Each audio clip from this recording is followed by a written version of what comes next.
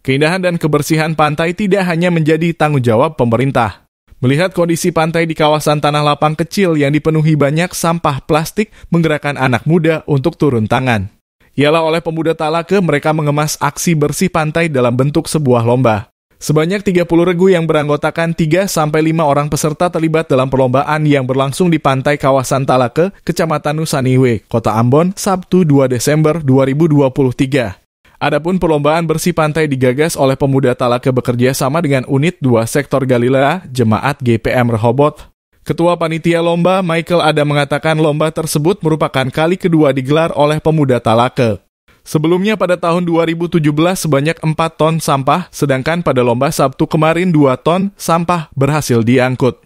Untuk kedua kalinya kegiatan perlombaan pembersihan pantai kami buat. Pada tahun 2017 itu telah dilakukan dan menghasilkan sampah sekitar 4 ton dan untuk kegiatan kemarin kurang lebih 2 ton sampah tak terurai kita bersihkan, ungkapnya Senin 4 Desember 2023. Dikatakan tujuan dari perlombaan selain untuk membersihkan pantai dari sampah-sampah yang berserakan, tetapi juga mendukung program prioritas pemerintah Kota Ambon.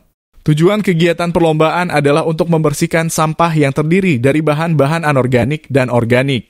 Kita tahu bersama bahwa persoalan sampah menjadi salah satu prioritas penjabat wali Kota Ambon karena kesadaran masyarakat terhadap persoalan sampah masih sangat minim, jelasnya.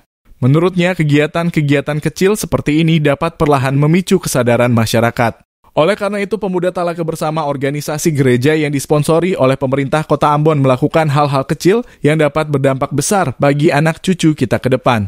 Semoga masyarakat juga sadar tidak membuang sampah sembarangan, tuturnya. Dirinya berharap kawasan pantai Talake bisa menjadi lokasi persinggahan kapal-kapal layar dari Darwin.